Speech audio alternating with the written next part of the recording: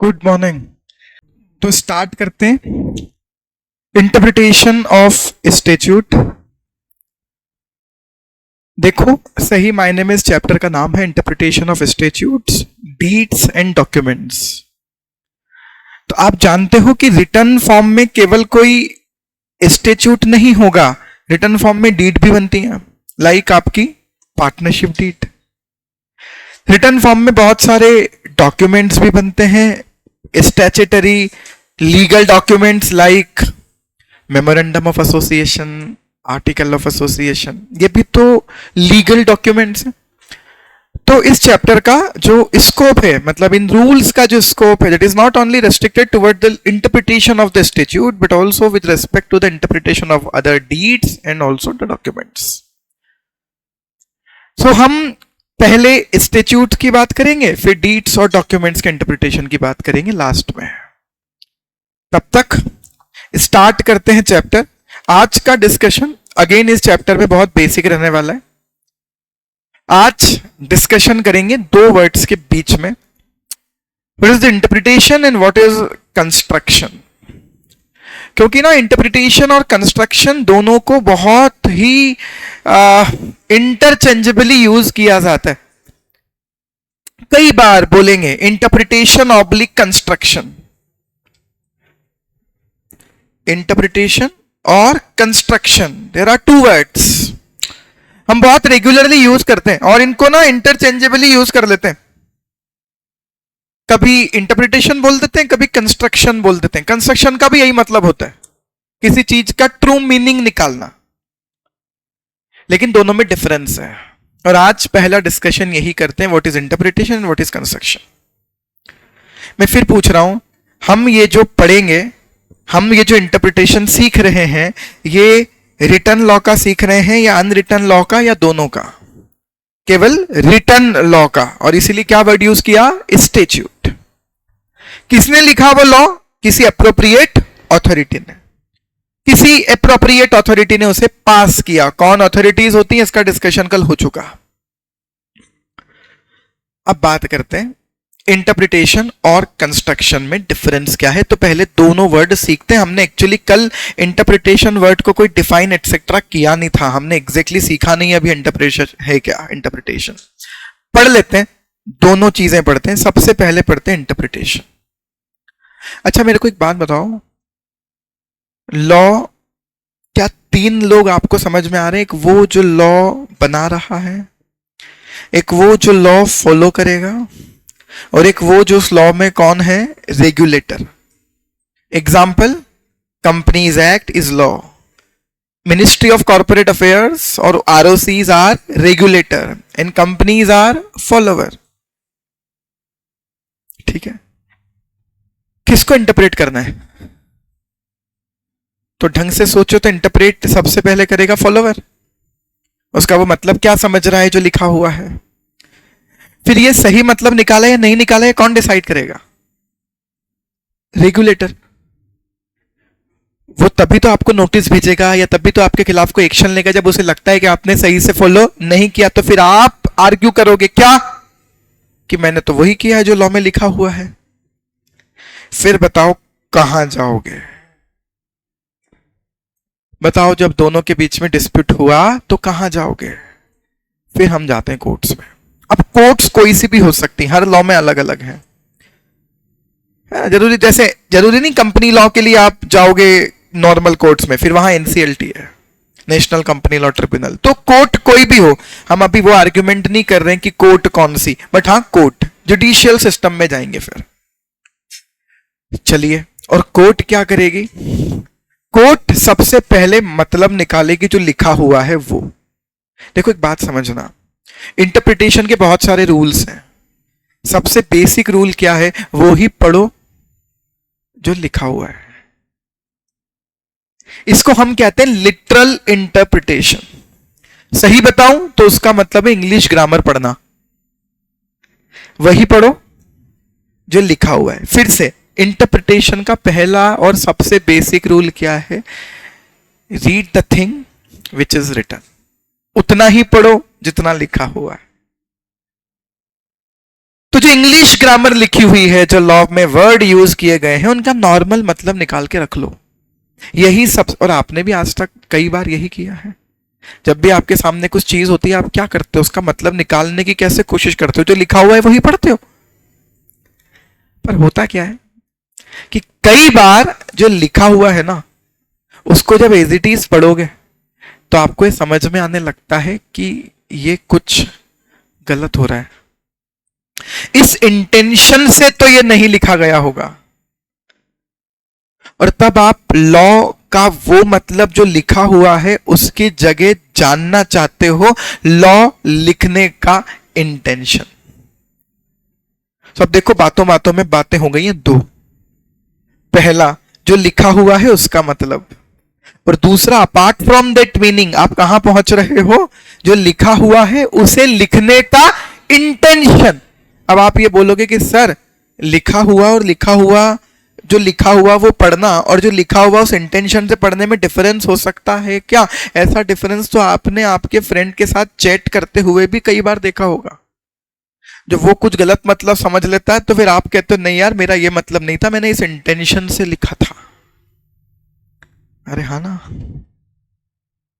आपने आपके फ्रेंड को कहा पढ़ने नहीं तो फेल हो जाएगा, तो वो गुस्सा भी तो हो सकता है, तो मुझे बद्दुआ दे रहा है क्या?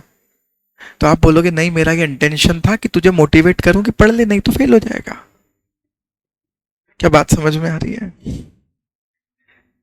कई बार आप जैसा लिखा हुआ है वैसा पढ़ते हो तो that might and with the result which is not the intention of the law maker, और फिर हम उसकी जगह कहां जाना चाहेंगे? जो एक्चुअल में लिखने का इंटेंशन होगा उस पर।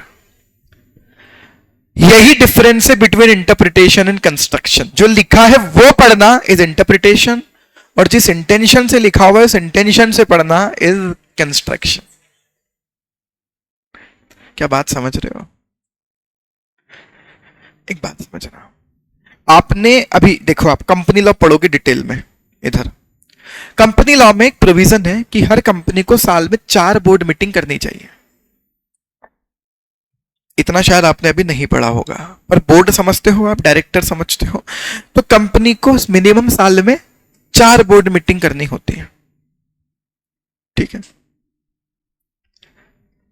ये यही लिखा है, लिखा इतना ही है, पर मैं बोल रहा हूं ऐसा लिखने के पीछे इंटेंशन क्या होगा?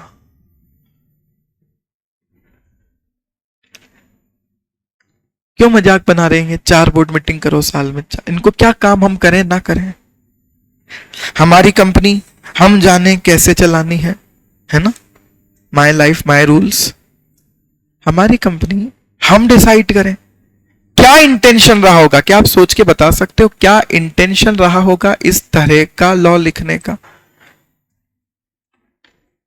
नहीं पता लगा पा रहे हो? दिमाग लगाओ थोड़ा सा। ये बताओ, कंपनी नेचुरल पर्सन है या आर्टिफिशियल? ओके सुयश, बढ़िया, ठीक है, आर्टिफिशियल पर्सन है। तो फिर कंपनी को कौन चलाएगा? Natural person. तो नेचुरल पर्सन कौन है? डायरेक्टर्स। डायरेक्टर्स का काम क्या है? कंपनी को चलाने के लिए पॉलिसी मेकिंग, पॉलिसी डिसीजंस लेना। कैसे लोगे? अब तुम अगर मिलोगे ही नहीं तो आप स्ट्रेटजीज कैसे डिसाइड करोगे? पॉलिसी डिसीजंस कैसे लोगे? पॉलिसी फ्रेमिंग में कैसे इन्वॉल्व होंगे? और ये नहीं करोगे तो कंपनी कैसे चलेगी? 2 मिनट में लॉ मेकर आपको अच्छा लगने लग जाएगा। यार सही कह रहे हैं, इस बहाने हम कंपनी के पॉलिसी डिसीजन लेने के लिए मिलेंगे तो। एक हुआ जो लिखा है वो पढ़ना, और एक हुआ कि जब वो समझ नहीं आ रहा कि ऐसा क्यों है, तो फिर आप क्या समझो उसका इंटेंशन, उससे आपको मीनिंग और ज्यादा क्लियर होगा। जब हम जो लिखा है उससे आगे बढ़कर इंटेंशन पे चले जाते हैं ना, तो इंटरप्रिटेशन ही क्या बन जाता है? Construction. To know the literal meaning is interpretation and to know the real meaning is construction, यार विद इंटेंशन। तो देखो, 2 वर्ड हैं आपके सामने, एक है इंटरप्रिटेशन और एक है कंस्ट्रक्शन। जल्दी से पढ़ते हैं। इंटरप्रिटेशन क्या है? द प्रोसेस बाय विच एक ऐसी प्रोसेस जिसके through court seeks to, court क्या कोशिश कर रही है, टू असर्टेन, पता लगाने की कोशिश कर रही है क्या, द मीनिंग, मीनिंग किसका, लेजिस्लेचर का। अब ये सर ये क्या होता है लेजिस्लेचर, लेजिस्लेचर का मतलब सिंपली होता है लॉ, लॉ को ही लेजिस्लेचर कहते हैं। Legislature simple meaning law. नहीं सर हमने तो कुछ एक आपने सुना है लेजिस्लेटर, लॉ बनाने वाला, और जो लॉ है वो क्या कहलाता है, legislature. The process by which court try to ascertain the meaning of what, the law, through the, बताओ किसके थ्रू मीनिंग पता लगाने की कोशिश कर रहे हैं। नेक्स्ट लाइन पढ़ो आपको सब समझ में आ जाएगा।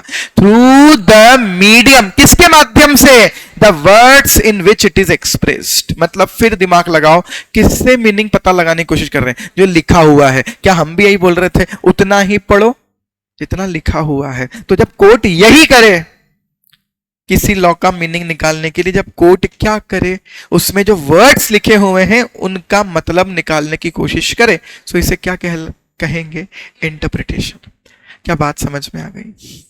सो इंटरप्रिटेशन को सिंपली हम कह सकते हैं to ascertain the meaning of the law by या through the words expressed in the law. जो लिखा हुआ है उन वर्ड्स को पढ़कर जब लॉ का मतलब निकालने की कोशिश कर रहे हैं, इसे क्या कहते हैं, इंटरप्रिटेशन। आगे आते हैं, the process by which the real meaning of an act and intention of the legislature in enacting it is ascertained. तो ढंग से देखो तो कहीं ना कहीं ये अब किस पर चले गए, इंटेंशन पर, मतलब धीरे धीरे कहां जा रहे हैं, कंस्ट्रक्शन पर। तो देखो कंस्ट्रक्शन पर आते हैं, कंस्ट्रक्शन इज अप्लाइड। अगेन बताओ कंस्ट्रक्शन के रूल भी किस पे लगेंगे, रिटन, स्टेट्यूट और डॉक्यूमेंट। मतलब बताओ क्या, रिटन लॉज पर ही लगा रहे हैं कंस्ट्रक्शन के प्रिंसिपल्स भी। अब पढ़ना स्टार्ट करते हैं। It means to determine from its non element, इसके जो एलिमेंट है उसके थ्रू क्या डिटरमाइन करने की कोशिश कर रहे हैं, इट्स ट्रू मीनिंग। और आगे देखो क्या, लॉ का सही मतलब। अब आप बोलोगे सही मतलब क्या, मतलब तो जो लिखा है उससे ही पता चल रहा है, उससे केवल मतलब पता चल रहा है। क्या उससे सही मतलब पता चल जाए गारंटी है, नहीं। तो जब हम क्या पता लगाने की कोशिश कर रहे हैं, रियल मीनिंग, ट्रू मीनिंग और इंटेंशन किसका, फ्रेमर्स, मतलब कौन, लॉ बनाने वाले जिन्होंने लॉ फ्रेम किया है। लॉ मेकर का इंटेंशन या लॉ का ट्रू मीनिंग निकालने को क्या कहा जाता है, कंस्ट्रक्शन। तो मुझे बताओ क्या जो वर्ड्स का मीनिंग निकल रहा है उसके आगे जा रहे हैं, whether we are going beyond the true meaning of the words, yes, involve drawing conclusion। तो conclusion draw करना चाहते हैं beyond the actual expressions, beyond the actual expressions। जो एक्सप्रेस्ड वर्ड है उससे भी आगे जा रहे हैं। वापस से पूछ रहा हूं कैसे जा रहे हो आगे, बोले सर दो चीजों के थ्रू ना, ट्रू मीनिंग और इंटेंशन भी अब हम कंसिडर कर रहे हैं। आगे आते हैं। अब मुझे एक बात बताओ, इंटेंशन कैसे पता लगा पाओगे, लॉ मेकर का इंटेंशन कैसे पता लग सकता है, वो तो वही बताएगा जिसने लॉ बनाया। आप पढ़कर इंटेंशन कैसे पता लगाओगे। तो इंटेंशन कैसे पता चलता है, जब हम लॉ डिटेल में पढ़ते हैं और स्पेशली पूरा पढ़ते हैं, तब समझ में आता है कि अल्टीमेटली लॉ मेकर इस पूरे लॉ से चाहता क्या है। आप खुद बताओ इनकम टैक्स का लॉ मेकर क्या चाहता है, ज्यादा से ज्यादा रेवेन्यू मिले। जीएसटी का लॉ मेकर क्या चाहता है, ज्यादा से ज्यादा रेवेन्यू मिले। कंपनीज एक्ट का लॉ मेकर क्या चाहता है, कंपनी बना के लोग फ्रॉड ना करें। क्या बात समझ में आ, ये कैसे पता चलता है, जब आप लॉ पढ़ोगे और स्पेशली लॉ को जब पूरा पढ़ोगे। तो अल्टीमेटली इंटेंशन पता कैसे चलते हैं, उसी लॉ को जब पूरा पढ़ोगे। और या फिर वो कंटेक्स्ट पता लगा लो जिस कंटेक्स्ट में क्या बनाया गया, लॉ। मतलब अगेन वही लॉ मेकर का इंटेंशन, किस वजह से लॉ बनाया गया। आप खुद बताओ जीएसटी क्यों बनाया, क्योंकि बहुत सारे इनडायरेक्ट टैक्सेस थे। तो जीएसटी का इंटेंशन है भैया कि रेवेन्यू ज्यादा से ज्यादा मिले। कॉन्टेक्स्ट क्या था जीएसटी लाने का? सारे इनडायरेक्ट टैक्सेस को खत्म कर कर एक टैक्स लाना। क्या इस, एक बात समझना, फिर अब कोई व्यक्ति कहे कि ये वाली चीज तो वहां कवर होती थी, तुम इस पर जीएसटी कैसे लगा दोगे? तो हम इंटरप्रिटेशन के लिए कंस्ट्रक्शन पर नहीं जाएंगे कि भाई इसका इंटेंशन ही क्या है, सारे लॉस को खत्म करके ये एक लॉ लेकर आना। क्या बात समझ रहे हो? तो आपको बातों बातों में पता है क्या क्या बता रहा हूं मैं, जो आगे बहुत काम आएगा। बातों बातों में आपको ये बता रहा हूं कि इंटरप्रिटेशन के लिए केवल जो लिखा है वो काम आ जाए ये जरूरी नहीं है, वो तो आना ही है। उसके अलावा इंटेंशन, उसके अलावा कंटेक्स्ट जिसमें वो लॉ बनाया गया होगा, जिस संदर्भ में, जिस इंटेंशन के साथ, इसके अलावा जिस रीजन से वो लॉ बनाया गया। और जब आप जो ग्रामर लिखी हुई है उसके मीनिंग से आगे बढ़ जाओ तो इंटरप्रिटेशन की जगह कहां पहुंचोगे? कंस्ट्रक्शन। पढ़ो। सो आप कैसे करोगे कंस्ट्रक्शन? Bye referring. मिला? क्या यूज करना पड़ेगा कंस्ट्रक्शन के लिए? रेफर करना पड़ेगा। क्या? Other parts of the enactment. अब फिर आपको डाउट आएगा, चलो मैं बता रहा हूं। अदर पार्ट तो क्लियर है, लॉ के दूसरे और पार्ट पढ़ोगे तो आपको क्या समझ में आएगा भैया? इंटेंशन।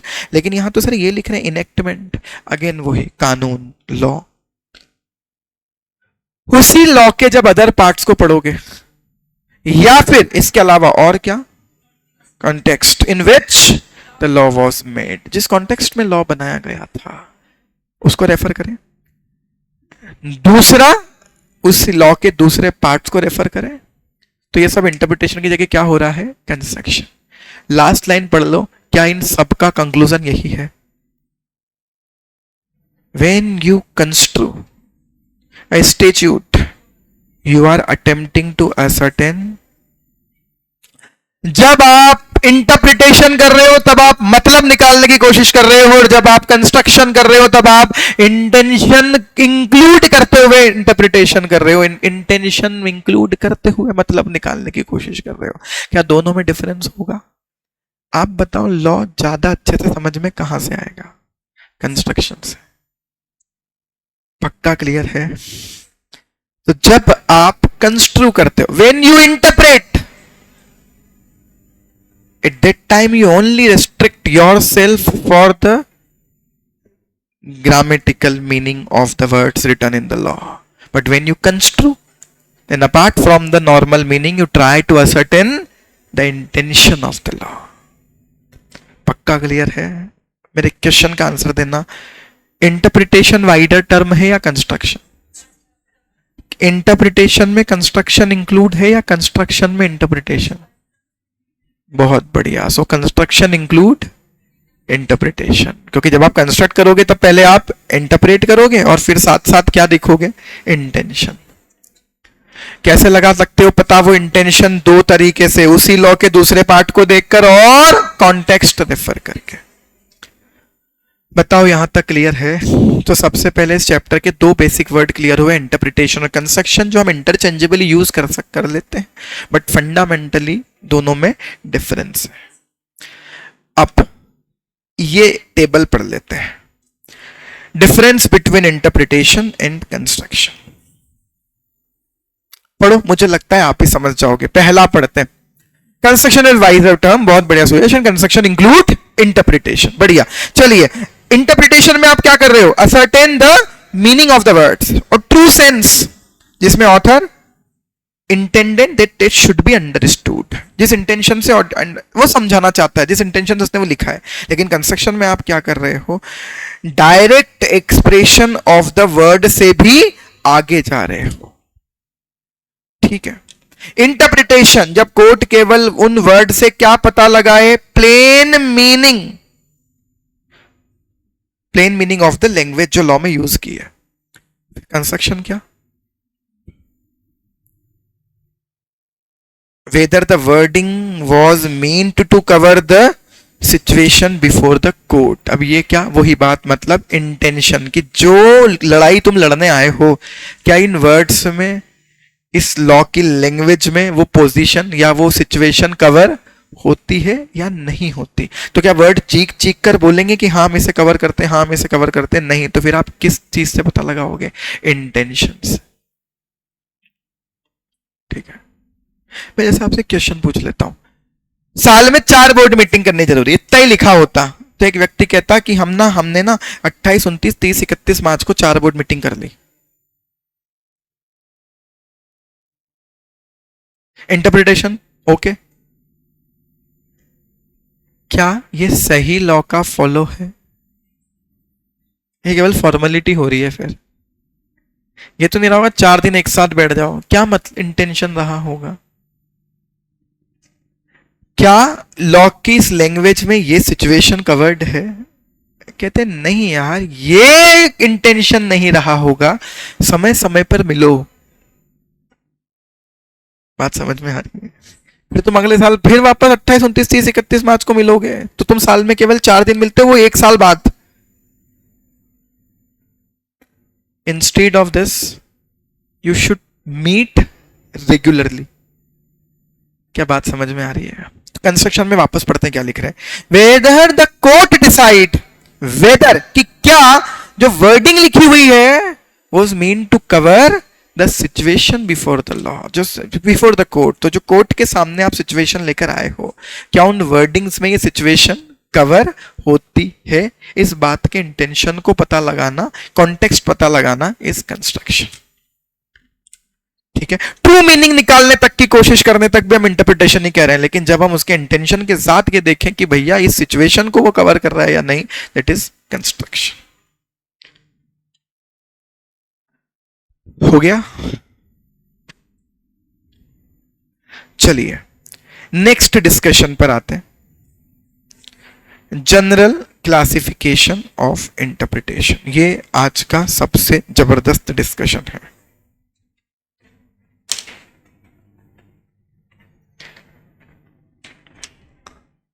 सबसे इंटरेस्टिंग डिस्कशन आज का, इंटरप्रिटेशन कितने तरीके से हो सकते हैं। हाँ भी स्किप किया है हमने, ये इंटरप्रिटेशन की इंपॉर्टेंस पढ़ लेंगे वो तो। बात करते हैं इंटरप्रिटेशन कितने तरह से हो सकते हैं। जनरल क्लासिफिकेशन ऑफ इंटरप्रिटेशन, एक लिखा है लीगल और एक लिखा है डॉक्ट्राइनल।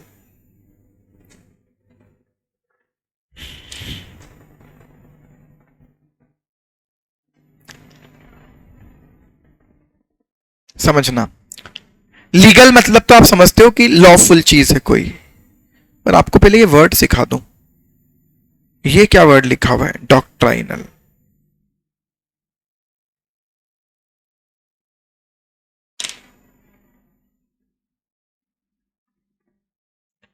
डॉक्ट्राइन वर्ड सुना है क्या आपने कभी? आप बोल नहीं रहे कहीं लोग, लेकिन आपने डॉक्ट्राइन खूब सारे सुने हैं फाउंडेशन में। अभी कंपनी लॉ में भी और सुनोगे आगे। जैसे आपने आई थिंक एक डॉक्ट्राइन सुना होगा, डॉक्ट्राइन ऑफ अल्ट्रा वायर्स। बहुत बढ़िया। अब मुझे बताओ डॉक्ट्रिन क्या होता है? डॉक्ट्रिन ऑफ अल्ट्रा वायर्स सुना है या नहीं सुना? पहले तो आप ये बताओ, सुना है? कहां सुना है? कंपनी लॉ में सुना है सर, फाउंडेशन में। कंपनी क्या काम कर सकती है? उतना ही कर सकती जिसका उसके मेमोरेंडम के ऑब्जेक्ट क्लोज में लिखा है, और उससे बियॉन्ड जाके कुछ कर दे तो अल्ट्रा वायर्स, वॉइड। ऐसा ही सुना? कहां लिखा है कि कंपनी मेमोरेंडम में जो लिखा है उससे ज्यादा कुछ नहीं कर सकती?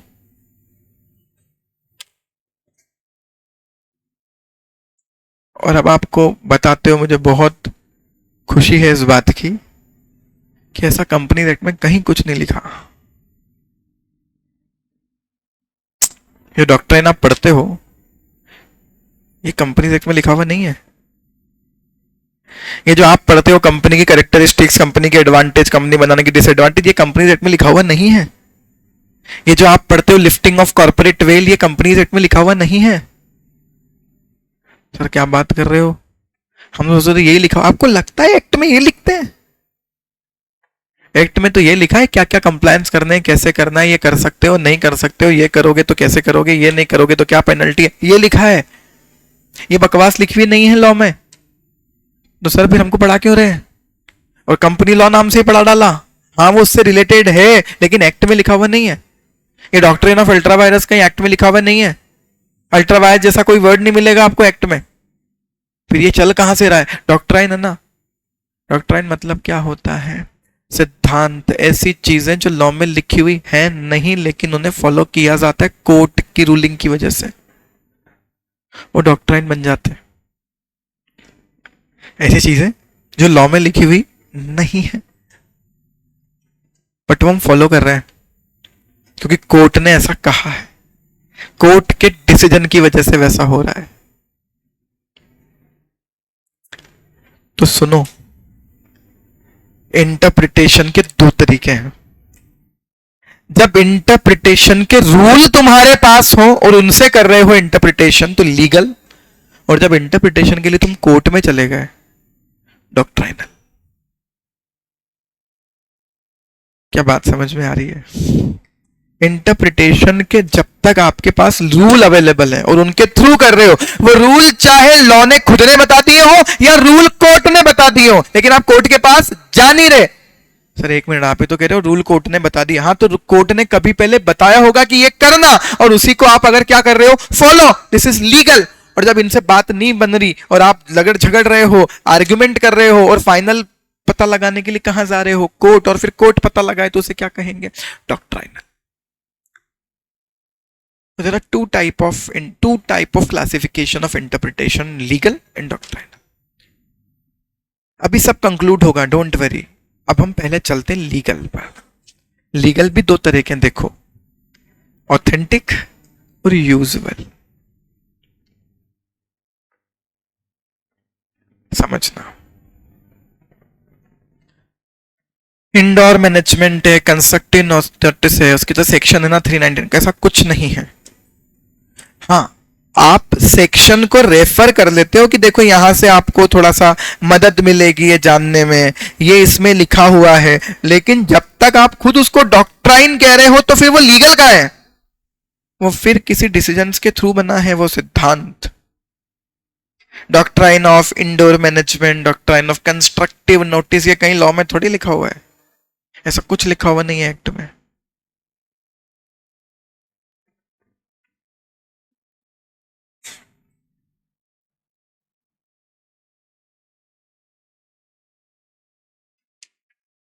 लीगल, डॉक्ट्राइनल, टू टाइप के इंटरप्रिटेशन।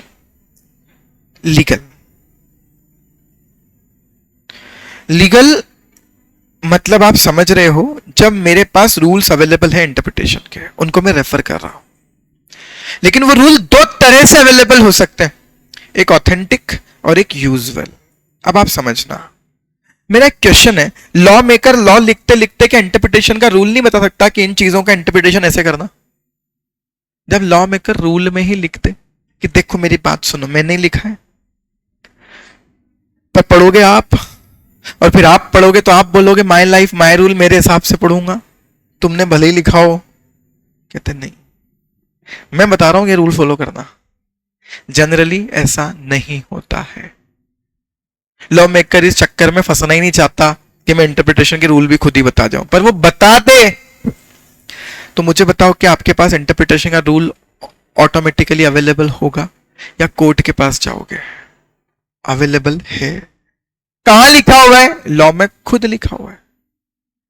यार सही बताऊं, इंटरप्रिटेशन के वो रूल्स जो आपके पास लॉ के फॉर्म में अवेलेबल है कि भैया ये फॉलो कर लो इंटरप्रिटेशन के लिए, अब वो दो तरह से हो सकते हैं। पहला, लॉ मेकर खुद बता दे, और दूसरा, कभी सुप्रीम कोर्ट ने बोला हो कि इस लॉ के लिए ये फॉलो करना, तो क्या आपके लिए वो लॉ नहीं बन गया? क्या बात समझ में आ रही है? मैं फिर पूछ रहा हूं, क्या आप उठकर कोर्ट के पास जा रहे हो इंटरप्रिटेशन पता लगवाने के लिए? नहीं। इसलिए क्या चल रहा है? लीगल। लीगल दो तरह से हो सकता है, आपके पास लॉ में ही लिखा हुआ है कि क्या करना है, और दूसरा लॉ में तो लिखा हुआ नहीं लेकिन कोर्ट के कुछ डिसीजन से कि इस लॉ पर यही फॉलो करना। तो बताओ ये डॉक्ट्राइनल है या लीगल है? ये भी लीगल। आज तक ये प्रथा चलती आ रही है, ट्रेंड चलता आ रहा है कि इस लॉ को ऐसे इंटरप्रिटेशन करना। बताओ क्या इसके लिए कोर्ट में जाओगे? आपके पास रूल अवेलेबल है। कैसे? क्योंकि ऐसा ही चल रहा है। वो क्या बोलते हैं उसको इंग्लिश में? Custom, trend. यही रीति रिवाज है कि ऐसे ही चलेगा। तो मैं फिर पूछ रहा हूं, आपके पास रूल ऑटोमेटिकली अवेलेबल है या कोर्ट में जाओगे? रूल अवेलेबल है, क्या कहलाएंगे? लीगल। तो लीगल कितने तरह के? दो, ऑथेंटिक और यूजुअल। ऑथेंटिक मतलब देखो, पहली लाइन आपको सब बता देगी। ऑथेंटिक मतलब देखो क्या लिख रहे हैं, rule of interpretation is derived from, कौन बता गया इंटरप्रिटेशन के रूल्स? लॉ मेकर खुद, राइट। मुझे बताओ ऑथेंटिक क्यों लिखा? इससे ज्यादा ऑथेंटिक, मैं पूछ रहा हूं इसको ऑथेंटिक क्यों बोल रहे हैं? ऑथेंटिक मतलब क्या होता है कि कोई दिमाग लगाने की जरूरत नहीं है, सामने वाला लिख गया और इसके अलावा किसी और को कुछ फॉलो नहीं करना, कोई डाउट की सिचुएशन है ही नहीं, कोई कंफ्यूजन होना ही नहीं, क्या बोल दोगे उसे? ऑथेंटिक। इससे ज्यादा ऑथेंटिक क्या हो सकता है कि लॉ मेकर खुद बोल के जा रहे हैं कि ये कर लेना, जिसका लॉ वो खुद बता रहे हैं क्या करना है। इससे ज्यादा ऑथेंटिक और कुछ नहीं हो सकता। तो ऑथेंटिक क्या वर्ड है? लीगल के दो टाइप, ऑथेंटिक और यूजुअल। अभी ऑथेंटिक, ऑथेंटिक मतलब जब इंटरप्रिटेशन के रूल डिराइव कहां से हो रहे हैं? लेजिस्लेटर ने खुद ने डिराइव करके दे दिए। और दूसरी लाइन आप ही पढ़ दो।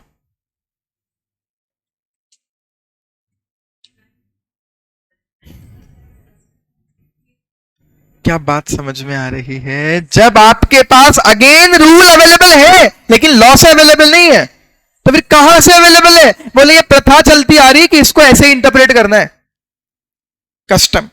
या दूसरा केस लॉ। केस लॉ क्या होता है?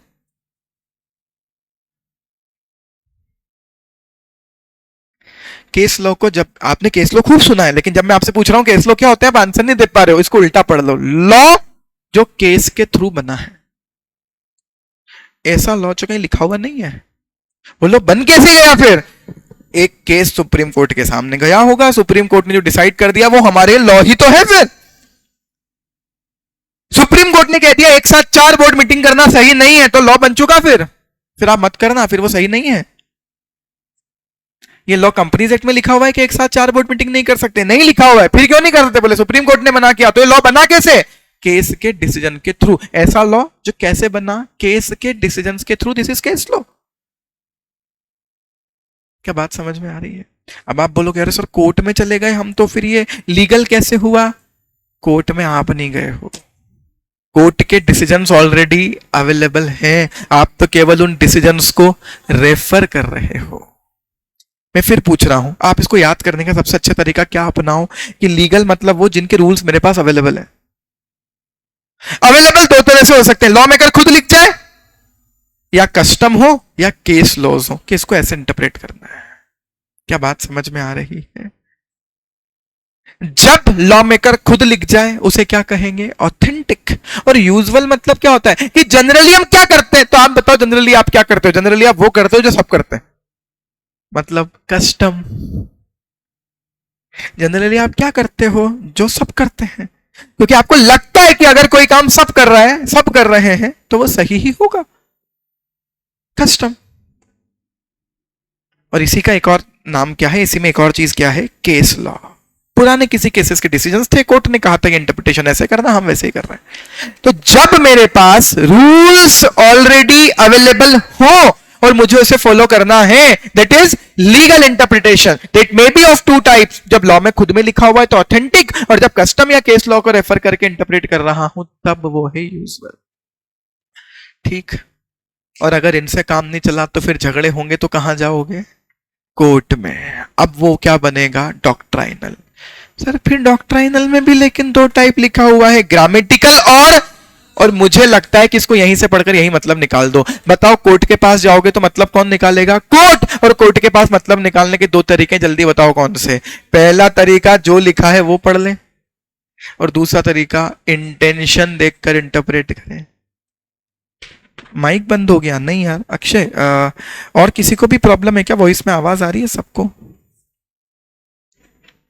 आवाज आ रही है प्रॉपर? ओके।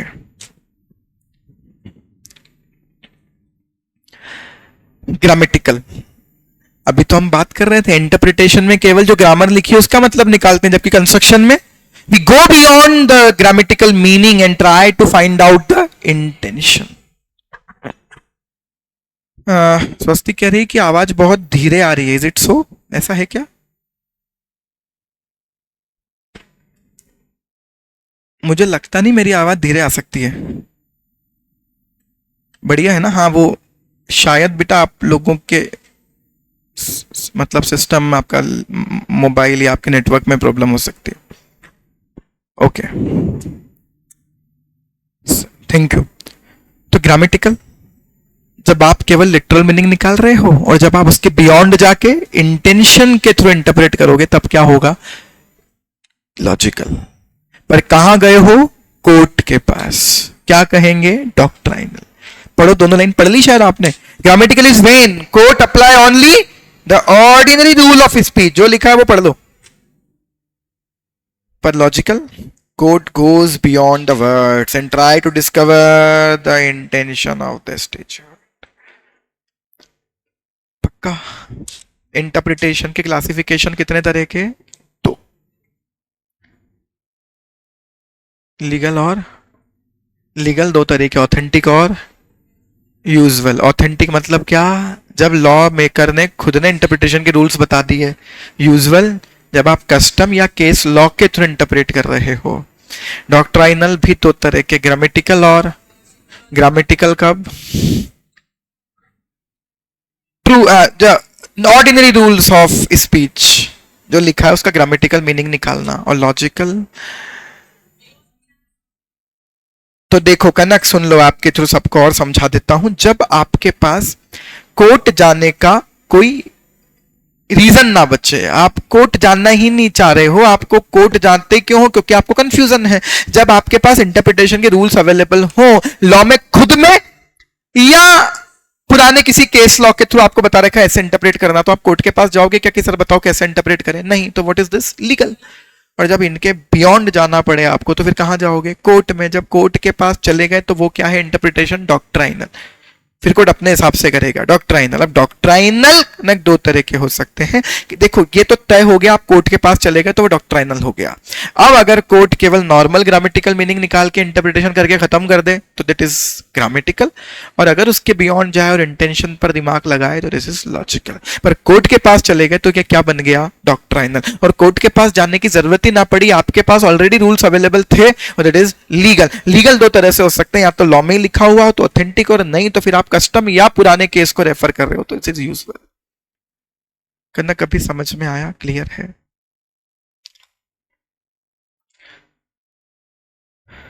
तो दो वर्ड पहले पढ़े, इंटरप्रिटेशन और construction. Interpretation is construction is wider term, narrow term is interpretation and construction include interpretation. तो ये तो आपको समझ में आ चुका आज के पूरे डिस्कशन के बाद कि सबसे पहले तो इंटेंशन बीच में आता ही नहीं है। सबसे पहले कहां पहुंचते हैं?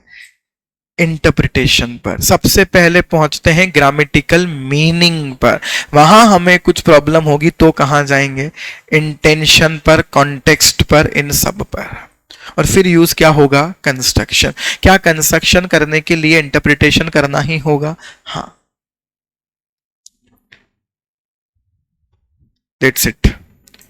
सो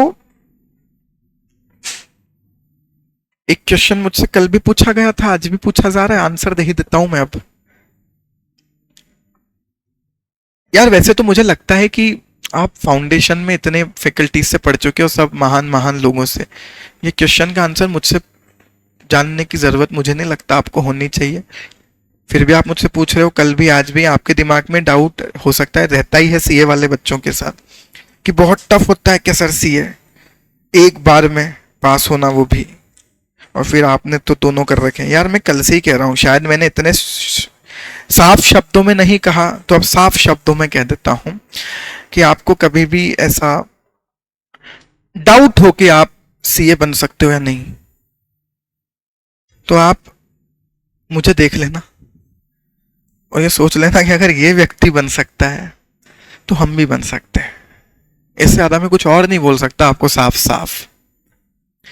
यार आप लोगों का बैकग्राउंड में आजकल बच्चों को कहता हूं कि just believe in your self, in your hard work, in your determination. झोंक दो अपने आप को जितना कर सकते हो।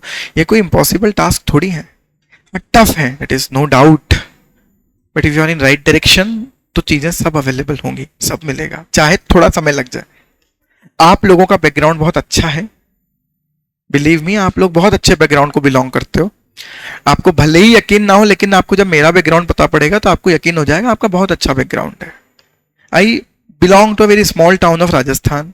मेरी 10th तक की स्कूलिंग हिंदी मीडियम स्कूल से हुई है, सरकारी स्कूल से, गवर्नमेंट स्कूल। आप में से तो मुझे नहीं लगता कोई गया होगा, बाकी तो नहीं। सरकारी स्कूल आपने शायद टीवी में ही देखे होंगे बस, है ना, धूल दरी पट्टी बिछी हुई है। मैं वहां से पढ़ा हुआ हूँ 10th तक, हिंदी मीडियम। मैंने मेरा अपना, फिर हम ऑब्वियस यहीं आए नाहटा 2006 में, जैसे आप अभी हो, हम 2006 में आए थे फाउंडेशन करने, 2006 में हमारा 12th था, उसके बाद हम यहाँ आए।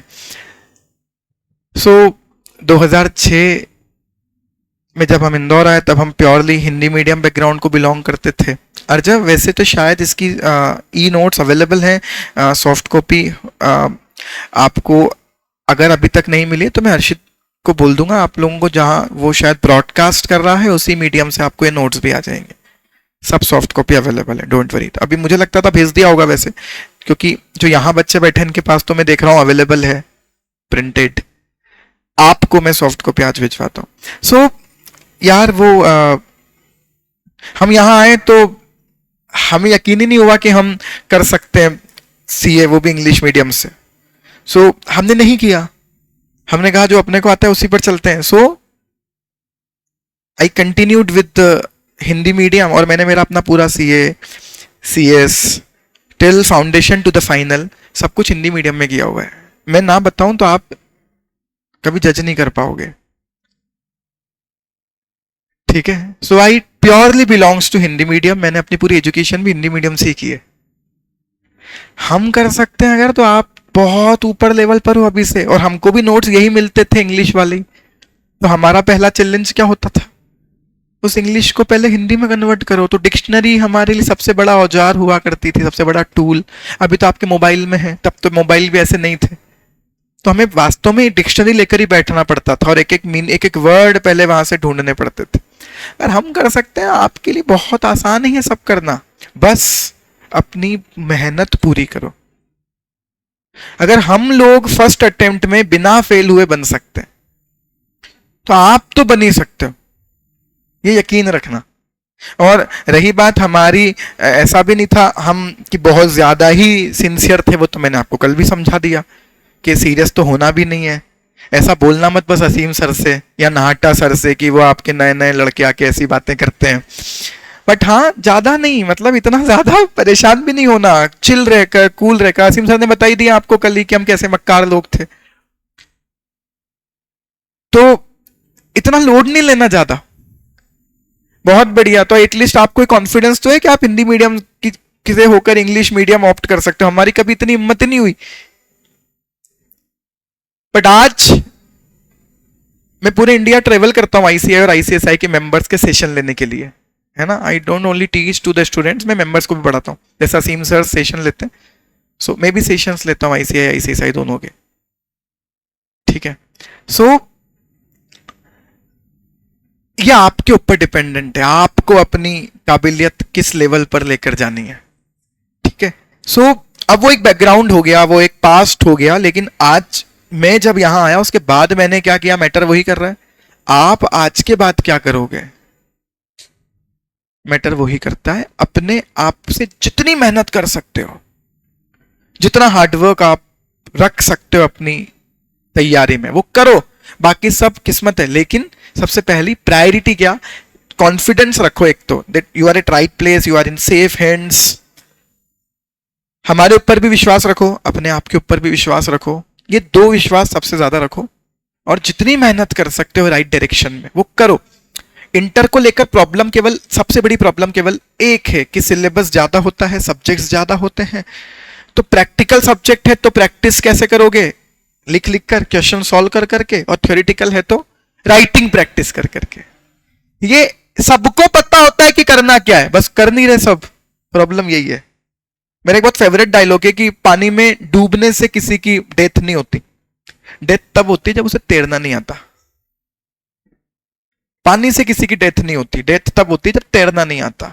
आपको सबको पता है कि प्रॉब्लम क्या है, जिसने प्रॉब्लम का सॉल्यूशन कर लिया वो पास हो जाता है। बाकी सबको पता है प्रॉब्लम क्या है, सबको पता है 40 लाने, एग्रीगेट 50 लाने, किसको नहीं पता फेल कैसे होते हैं?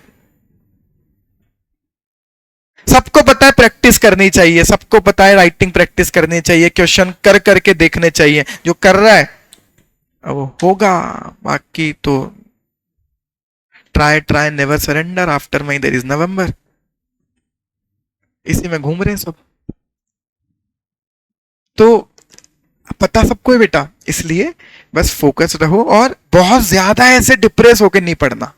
पढ़ो, मस्ती से पढ़ो, जितनी देर क्लास चल रही है क्लास में अटेंटिव रहो। उसके बाद क्लास के बाद का आपको जो पढ़ना है वो रेगुलर रहो इस चीज में। हम मस्ती बहुत करते थे, हम आज भी कहते हैं नाटा सर, असीम सर, इन सब लोगों को कि हमने बहुत परेशान किया आप लोगों को, मस्ती बहुत करते थे, लेकिन कभी वो ये नहीं बोलेंगे पढ़ते कम थे।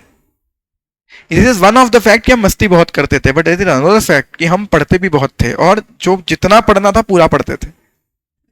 आप भी ये बैलेंस रख सकते हो तो रखो। मजा तभी है जब आप पढ़ते पढ़ते चिल रहकर, कूल रहकर पढ़ाई कर पाओ, तो उसका बहुत अलग मजा है। डिप्रेस होके मत पढ़ना। बस ये पढ़ाई हम क्यों कर रहे हैं? हमारे जीवन को अच्छा और आसान बनाने के लिए। तो उसके लिए अभी को डिप्रेस होना? हम अच्छा करने के लिए यहां आए। कई बच्चे टेंशन में रहते हैं फेल हो जाएंगे तो फेल। अरे आप ये जो कर रहे हो वो फेल होने के लिए नहीं कर रहे। फेल तो आप कुछ मत करो तो भी हो जाओगे। आप ये जो कुछ कर रहे हो वो क्यों कर रहे हो? पास होने के लिए कर रहे हो।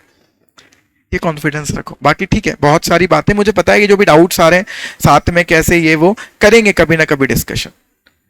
सब हो सकता है, पॉसिबल सब है, हमने करने की कोशिश की, हो गया। देखो क्या होता है, एक है लैंग्वेज। देखो एक बात समझना, English is not the medium of knowing someone's knowledge, it's only a language। सबसे पहले तो हम ये समझें कि इंग्लिश नॉलेज का पैरामीटर नहीं हो सकता, इंग्लिश एक लैंग्वेज है। जिसके पास नॉलेज है उसको लैंग्वेज भी आ सकती है। नॉलेज लाना ज्यादा टफ है एज कंपेयर टू लैंग्वेज सीखना। तो कैसे बढ़ती है? जब आप दिन भर ही ये किताबें पढ़ रहे हो तो आपके दिमाग में वो लैंग्वेज बैठेगी। फिर धीरे धीरे आप जब आर्टिकलशिप करने ऑफिस में जाओगे तो अपने हमारी स्किल्स बढ़ाना में अपने हाथ में। आप जब पढ़ना कंटिन्यू रखोगे, पढ़ने पर मेहनत करोगे, तो वो आपकी टंग में आ जाएंगी लैंग्वेज। फिर आप जब लोगों के साथ इंटरेक्ट करोगे तब वो लोग जिस लेवल के होंगे उस लेवल का आपको भी बनना पड़ेगा। जब आप ऑफिस में जाओगे, क्लाइंट्स के साथ डील करोगे, तो आपको कोई मजबूरी होगी। सो मजबूरी अगर आपको सिखा दे तो उससे अच्छा कुछ नहीं है, तो आप मेहनत कर लोगे उस डायरेक्शन में। तो ये कैसे डेवलप हुआ? जब हम ऑफिस में गए, जब आर्टिकलशिप चालू हुई तब, और स्पेशली जब यहां इंदौर में आए, तो हम गांव के थे और यहां कौन बैठ रहे हैं? सब बड़े बड़े स्कूलों के बच्चे। तो हमें यहाँ इंफीरियरिटी कॉम्प्लेक्स होता था, इंफीरियर लगता था।